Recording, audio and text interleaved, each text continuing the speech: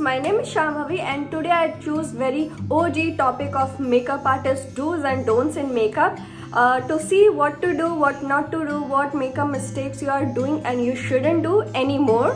Also, please don't get offended if you do this kind of don'ts. So yeah, keep that in mind. This is very fun and informative video and that's it. Let's roll into the main content. Hi, this is gonna be our don't side and this side gonna be our do side. Let's start. First, I'll prep my skin with this skin mist, Dabur Gulabari Rose Water. This is the only I'm gonna do all over my face, and never skip moisturizer no matter what your skin type. It's a good idea to prep your skin with moisturizer, and I'll hydrate my lips too. Let's start with do's and don'ts. Starting with primer, most of us skip on primer and going straight with the foundation. Well, it's a bad idea. On do side, I will use primer which will give a smooth and durable canvas for what's coming next, and it will prevent my base from creasing and slipping. It will fill in any pores I have around my nose or cheeks. My base look very poreless and smooth. Starting with foundation, on don't side I actually used a lot of foundation earlier but camera didn't film that part, so I'm going to use it again with the second layer of foundation. One of the don't I always think doing is blending foundation with a sponge vigorously, which makes people think it will blend fast, but the foundation slips here and there and make your base look very cakey. And using foundation till the jawline is a bad idea. Use the foundation all over your neck so that the body and your face will match together. On do side, I'll use a quite bit of foundation and blend it with the little amount of pressure. No scratching, no rubbing onto my face. I will put foundation very close to my eyes but not on the eyelid or under eye, because we will use concealer on that part of our face. Next, I'll blend the foundation to the hairline, to the jawline, to the neck, so that our face will match with our body and everything will look even. Take your time, blend your foundation really well into your skin so that everything will look natural and seamless. Next is concealer. I drew in triangle, very OG technique of Insta videos. You may have seen doing this, which is way too much of product wastage. And sketching the cheekbones, why not? We are doing the don'ts. And highlighting forehead with way too much of product. So why shouldn't we use this much of product? Because it will make your base look very heavy and it will be easier for it to crease. It is very hard to blend, very time consuming, especially on forehead. Never put too much of product because a bit of sweat will make the base look very patchy and cakey. Right now on a screen, base look really beautiful and pretty, but in person it looks horrendous. I mean, any bit of sunlight will expose every pores of this side of my skin. I mean, Mario does this kind of makeup which actually look good because that heavy makeup is for camera, but in person this can be way too much. Let's start with this side. On this side, I'll use concealer only the areas where it's needed, like where my veins showing, just onto the inner and the outer under eyes, sides of the mouth to lift my lip shape, and tinge a bit onto the forehead. Blending this side was so easy, no time consuming, like I always do, thin base which will lead to no creasing. And I know it will look good in any lighting situation. Whatever is left, I'll put it onto the lids and sculpt my cheekbones with that only.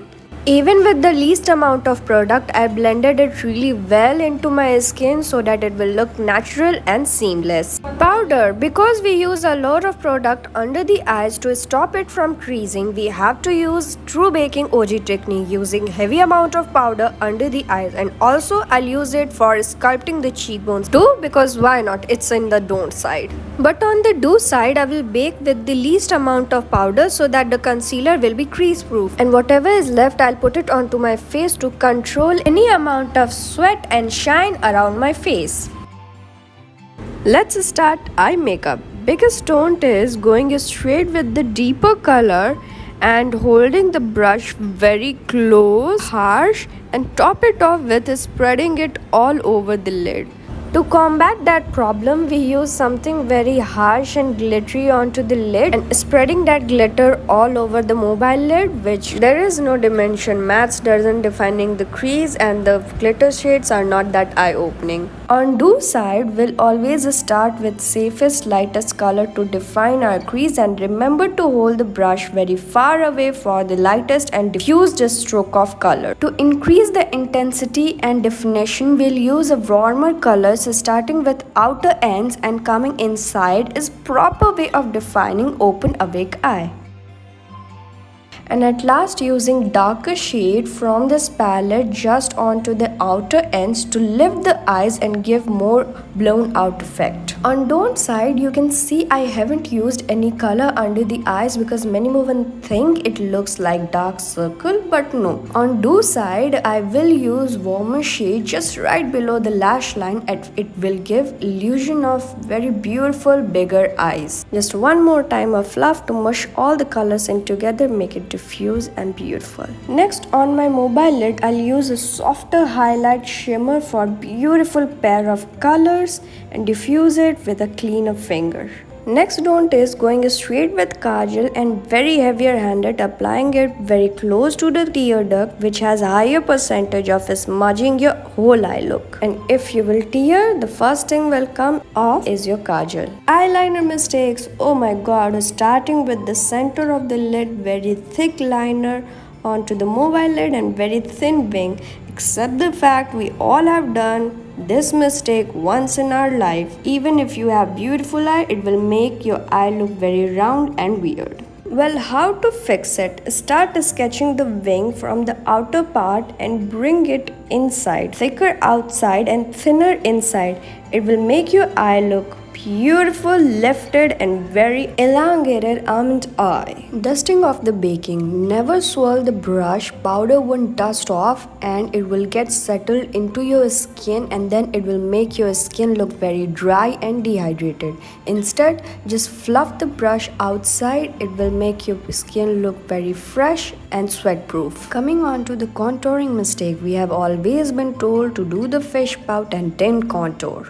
Never ever do that. It will make your real beautiful structure dull and droopy. You can see clear difference between the contouring you did and your real structure. The tone side looks very saggy and droopy. On do side, we'll take the tip of the brush, dip it into the product and we'll just follow the real contour shadow of our face. And we will not go any further from outer corner of our eyes. This is the angle we will follow for that beautiful snatch softer facelift. You can see yourself clear-cut difference between the do and the don't side. Contouring your forehead is like swirling brush all over your forehead. Just make a 3, which we have all learned, but that's not the right trick. We always have to contour our hairline from that and just swiping a little stroke to the sides. That's how you contour your forehead, and whatever is left will contour our jawline. Next is contouring our nose and drawing a straight line. No, that's not a good trick.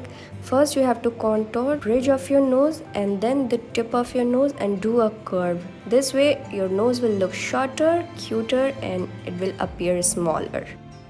Next is blush. We have always been told to smile and then put blush onto our face, which is very wrong. Clearly the placement is worst. When you will rest your face, your blush placement will drop down and it will make your face structure look very sad and old age. I'll take same amount of product onto the brush, dust off the excess and press it onto my palm so that I don't overload myself with blush. Simple gentle strokes will blend your product really well.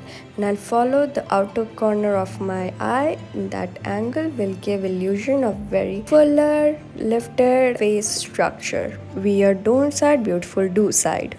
Next is brow. Drawing harsher strokes in front of your brow. This makes the brow look very sketchy, structure, square or rectangle brow. I can't even begin how bad it looks in person. I have seen women doing this and it looks very bad. I can't even tell. On the do side, first I'll brush my brows downward to see where I need to fill my brows, and I'll start sketching the angles first, and very light-handedly I'll sketch the hair and make it look like I have fuller hair on that part of my brow. I'll fill in the tail a little bit, then I'll brush my hair up again. I'll mush the product and the brows together to make it look very cohesive and decent. In front of the brows, I always go in with a lighter shade of color like brown or light gray. It will make the eyebrow look fuller and natural at the same time. Highlighters. So because we use a lot of powder, our skin looks dull and dehydrated. To combat that, we use ton of highlighter to make our skin look dewy and glowy, but instead it will emphasize our pores and texture of our skin. Highlighting all over the brow is wrong, and taking the inner corner highlight very low is also a bad idea. On do side, I take bit of the highlighter, dust off the excess. I put it just onto the highest point of our face like cheekbones, chin, tip of the nose, bridge of the nose. Very subtle way of brow bone highlight and just inner corner highlight, and mix it up to the mobile lid. And this will give very open, almond, catty eye look effect to your eye. Next is opting a very bold color like red and without any lip liner is crime. It will make your lips look flat and thinner.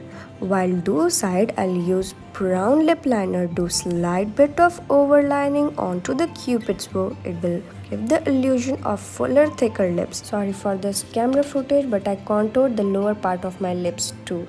Now I'll buff the edges, diffuse the product and make it look naturally contoured lips. I'll use lighter shade of lipstick in the center of my lips to give the illusion of fuller, plumper lips. The biggest mascara mistake is coating the tip of the lashes, which will not give you any volume or length you're asking for. On do side, I'll coat my lashes from root till the tip of my lashes. It will give you additional volume and length you were asking for. Also, it will color the lash line, so there will be no gapping between the mascara and liner. And that's it for the video. I have shown you all the do's and don'ts and makeup mistake and how to combat that. This side is very skin-like, very dewy, and I know this makeup will last long, a very long time, but this side is very cakey and it not gonna last that long. Means makeup will stay, but it will crack, it will crease, and it has a lot of thick base, so it has tendency to crease a lot more than the thinner side, which will not be able to crease easily. This side is much more cooler, settled, but is still very eye open awake. This side is much more sadder, weird. Well, you can see this side of my nose has a bit of a structure, which makes the nose look smaller and cuter, while this side is just flat, regular. This side of my lip has no structure, it's very thin, while this side is much more thicker, juicier, yummier. All the synonym you can add up to you. So brow, which has quite angle to it and it looks real fuller here, while this side is, I have just a sketch my brow, and that's it. So yeah, this is some do's and don'ts you shouldn't do. That's it. I'll end this video. I hope you all find it helpful. At this point, I'll take a leave. I'll see you all in my next video.